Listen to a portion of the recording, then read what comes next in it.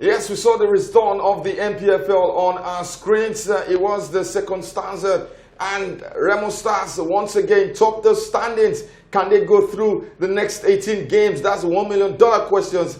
Football fans, Nigerian fans, and most especially Ikene fans are asking their darling club, Remo Stars. Welcome to another exciting edition of Sports Pizza. My name is Edwin Onyebolise. I'm sure your week has started on a fantastic footing. We're here to unpack, to analyze, to dissect all that we have for you from the sporting scene. Yes, the NBA All-Star Weekend went down this weekend, and it was a fantastic show of basketball, exciting content, and of course, new fans migrating from other sports to the NBA. In European football, Bayern Munich, yes, Bayern Munich, 11-time champions of the Bundesliga, are currently 8 points behind Bayer Leverkusen, who look like a shoo-in for their first Bundesliga title in ages. In the English Premier League, Chelsea went, but when conquered as they held up for a valiant 1 point at the home of defending champions Manchester City. All of this and so much more will be bringing to you on today's edition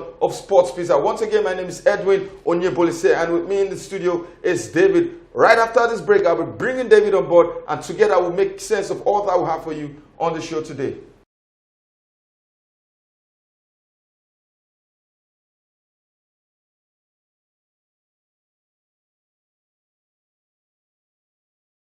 Welcome back. You see your favorite sports show, Sports Pizza. Edwin in the building alongside David. David, welcome. How you doing? Yeah, hello Edwin. Nice to be here. It's a pleasure as always. All right, David, let's get down to business. We'll start with the NPFL second stanza already started.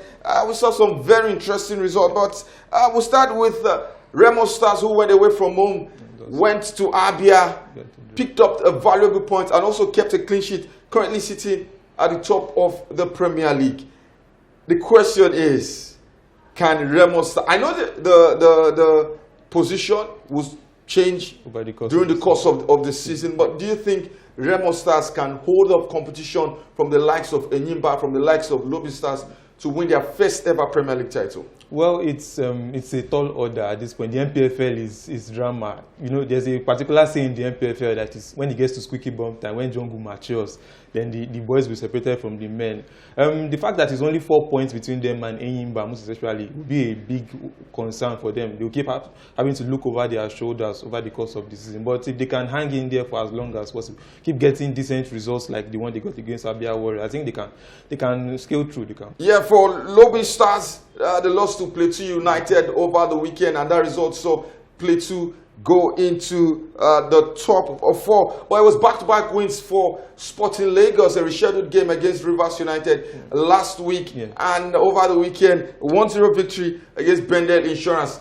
The chairman of the club, Godwin Enakana, has said that they want to win the league. He said that at the start of the season, and right now, his tone hasn't changed.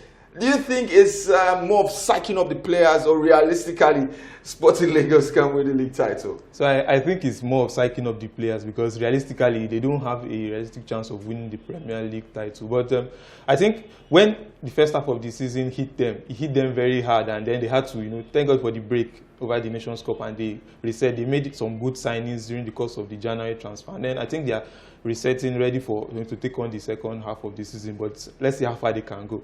All right, talking about how far they can go. Lobi Stars are second on the table, Enyimba third, while Plateau United are fourth. Just behind them is Kano Pillars, Doma United, and Enugu Rangers making up the top 7. In the bottom 4, Heartland look like they might be going down to the NNL. Gombe United, Bayelsa United, and Niger Tornadoes make the bottom 4. But let's not be too quick, because it's just 3 points that separates Aqua United and Heartland, who are 20th. So I think why a lot of people are writing Heartland off is because, over the course of the season, I think we've seen politics play more than even the football. The fact that the governor and then the government have decided to use the club as a pet project, and sacking a manager who was able to turn around results. And then Aqua United, there's quality in that squad. It's just because it has not clicked, and that's why they are giving them more of a chance than even Heartland. So I think that's why. It's not majorly because of what the table is saying, but because of what we are seeing behind the scenes and on the field.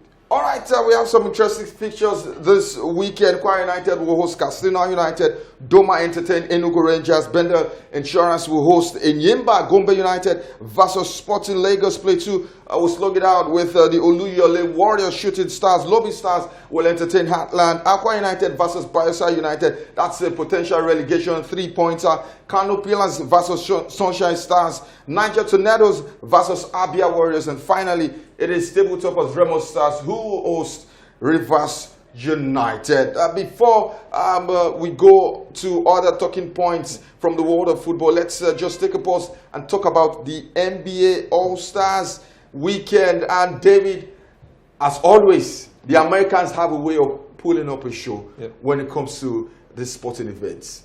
Yeah, so there's no business like show business. That's the popular phrase, and they make the entire thing, the entire spectacle around the NBA All-Star weekend. Even before the game itself is played, there's a lot of buzz, a lot of razzmatazz. Enough for you to see. Even for the neutrals, there's something for everybody. And as usual, I delivered again. Yes, he did deliver in the biggest event of the night. That's the NBA All-Star Games. It was Damian Lillard who was voted the MVP. Yeah, 39 points. He scored 11 three-pointers. And he led the Eastern Conference to a 211-186 win. It was the most number of points from a winning side in the history of the NBA. The most number of points cumulatively in the history of the NBA All-Stars weekend. And some takeaway from the NBA All-Stars weekend, the slam dunk competition once again, it was Mark McClung who retained his title, the first player to do it since 2015-2016. That's Zach LaVine, and he's not in the NBA, he's in the G League. He has a bright future. But again, for a lot of I wanted to say Barcelona fans, NBA fans, they think it's not right, it's unfair that you bring in a guy from G League to come and compete in the NBA All-Stars where you have NBA stars that can compete in the slam dunk. Where do you stand? Well, I think if the opportunity is available for everybody. He has not made bad use of it, so I don't think they have a point, but opportunity is available for everybody, and he has delivered on it. And finally, Steph Curry edged out Sabrina Ionescu in the 3-point battle. It was the first time where players from the NBA and the WNBA would complete, and it was 29-26. She gave a good account of herself. You might say it was the WNBA ball, it was smaller, blah, blah, blah. But hey, kudos to her, shout out to her for standing up to the greatest 3-point shooter in the history of the NBA. And before we go on the break, let's tell you from the world of tennis, it is Jannik Sinner's year. 2 titles, the Australian Open, and now the Rotterdam Open, defeating Alex de Minaur 7-5, 6-4. Is going to rise to a career high 3rd in the world, the highest ranking ever of any Italian tennis player. Is this Jannik Sinner's year? Well, we can call it early, and then at the end of the season, it might be eggs on our faces, but it's looking that way. His prospects are very bright. I mean, the way he played the Australian Open, he showed that he had a point to prove. I mean, the way he dispatched Novak Djokovic was excellent, and so there's a lot to look forward to this season for Jannik Sinner. And that was his 12th career title and 15 consecutive wins. The last time he lost was in the ATP Tour Finals in the round-robin game to guess who? Novak Djokovic. In the WTA side of the game, world number 1 Iga Swiatek claimed the Qatar Open title for the 3rd year in a row with a straight set victory over Elena Rybakina. It was the 18th title of her career, and of course, she became the first woman to win 3 titles consecutively since Serena Williams won the Miami Open between 2015 to 2018. All right, so we're going to go on that break. When we come back, there's plenty on the show. Remember to follow us on our social media platform, the Sports Pizza.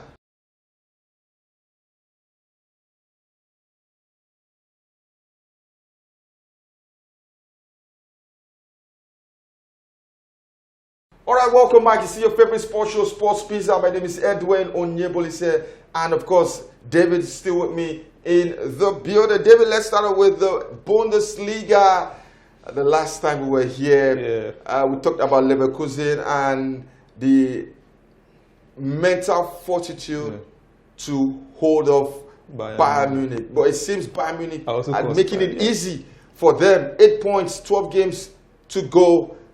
Do you see Leverkusen relinquishing this title? Not the lead, because in my opinion, they've won it already. Yeah. Do you think they will relinquish it on the final day of the season? I do not think so. I do not think so. They are beginning to tighten their hold as at the same time Bayern is releasing. You know, it's like a tug of war, and then Bayern is letting go while they are dragging it even closer to themselves. So I don't think so. They are going 32 games unbeaten now. They are yet to lose a game in all competitions this season. So I don't think they will carry this momentum all the way to the end of the season. And for Bayern Munich, Thomas Tuchel is sitting on a ticking bomb. Yeah.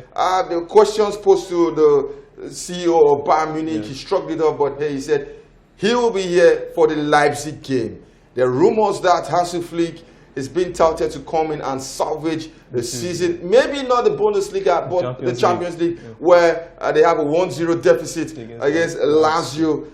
Do you think his time is up at Bayern Munich, regardless of what happens against Leipzig? I really think so. I think the fact that he has been there for a year plus and we are still not able to, he doesn't have a defined starting level. Yeah, injuries have not helped in a bit, but the fact that he decides to keep Kimmich on the bench, he doesn't play Kimmich as regularly as possible, and then his midfield combination still hasn't gotten it. Then in attack also, there are a lot of chopping and changing. The tactics are just not, they're not tacticking, as we like to say, and then it's not looking good for him. Have the players lost confidence in Tuchel's tactical ability? Is that what you see, or it's a team that is out of sync with the manager? Because his management skills have been called into questions. He's had issues with Kimmich, like you said, Goretzka at some point, there's Thomas Muller, and do you think all of that, and knowing fully well that in the second half of the season, you need all hands on deck, and the guys who you have sidelined, the guys who you try to ostracize, are the guys you're calling back to help you? Yeah, I think there's been a disconnect between himself and some of the senior players in the dressing room. It seems like there's a lot of too many instructions, and then they are not applying them on the pitch. So I think it's time for him to just to leave the team, because it's becoming bad.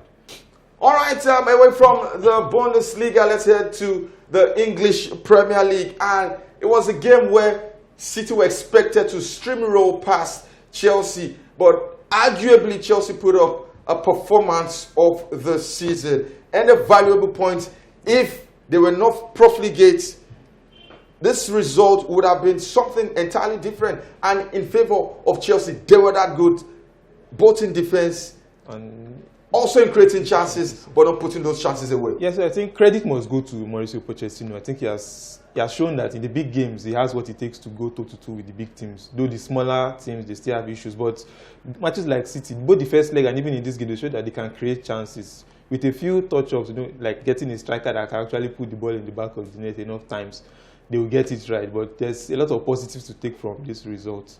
Talking about positives, so the question is, how can Chelsea maintain this form? Remember, the League Cup final is this weekend against Liverpool. They need something, or they needed something going into that game. And I thought this point was credible. You might have similar performance against Liverpool, because Liverpool always leave you spaces to attack. Yeah. But the issue with Chelsea is breaking down those teams with low blocks. How do you maintain the balance of not getting caught out when it is time for you to break out those teams, and also creating chances? Because I think with Chelsea this season is trying to find that balance. Yeah. Balance in defense, balance in midfield, and of course putting those chances away. Yeah, so I think tactically a lot still needs to be done. I think the fact that in midfield, fine, the balance in midfield is becoming a little bit stable with Caicedo and Enzo. I think they're beginning to build an understanding. But I think the fact that the third person, Gallagher, there were issues probably he was going to leave or not, so he's not getting consistent run in the team. But I think probably the midfield is where they really need to get that balance, to give going forward, and then also helping the defense as a whole. So I think tactically there will still be a lot to be done. And let's leave Chelsea for a moment. Let's talk about Manchester City. It's 2 clean sheets in 14 Premier League games. We felt like, City were going to go on that famous run. But right now, that famous run doesn't look like it's going to happen, because that famous run was built on a solid defensive foundation. We're not seeing that from City. Do you think City will go on that run? I know they have the ability, but from what you've seen so far, looking at the stats, looking at the performances, looking at how they continue to encourage the opposition to have a go at them, do you think they can go on that run? So I really do not see that happening. You know, it's something Ferguson, the great Ferguson mentioned, that, you know, recycling a team after they've achieved huge success. I think the treble success last season is there's still hangover from that success. To raise your levels to, you know, they were fighting for something last season. There was a lot to chase. This season, to get to that level again, it might be very difficult. So I don't think they'll go on a run. They might win the odd game here and there, but going on a run, it's not going to. They also went for Arsenal, who routed Burnley 5-0 away from home. I'm expecting Burnley to go back to where they come from. That's talking about the Championship. Yeah, they did play some beautiful football in the Championship, but definitely not in the Premier League, because the Premier League is a level above. And like Liverpool, also top of the standings going into the League Cup final, where they will face Chelsea. It was a comprehensive 4-1 victory away at Brentford. And Manchester United seem to have found their women formula back. Some have said that maybe accidentally Erik ten Hag has stumbled on it. Rasmus Højlund is scoring United 4 consecutive wins in the Premier League. Let's leave the Premier League and head strictly to the Spanish La Liga. Real Madrid dropped points away against the neighboring Rayo Vallecano, and it came at the cost. Caballa and Camavinga suspended for the next games. It's more defensive roles for Carlo Ancelotti. How long can he keep his side together? So I think Ancelotti needs to pull the chestnut out of the fire right now, because players are now, he's losing players. Like, how long can he keep, pulling out results when the squad is thinning with every passing game? So it's quite a difficult job, and this is going to be a real test for him to see how far they can go. For the league, they still have a little bit of a stranglehold on the league, but if it continues like this, they might lose their grip eventually. All right, talking about the teams taking advantage, Atletico Madrid defeated Las Palmas 5-0, while Barcelona, against all odds, snatched victory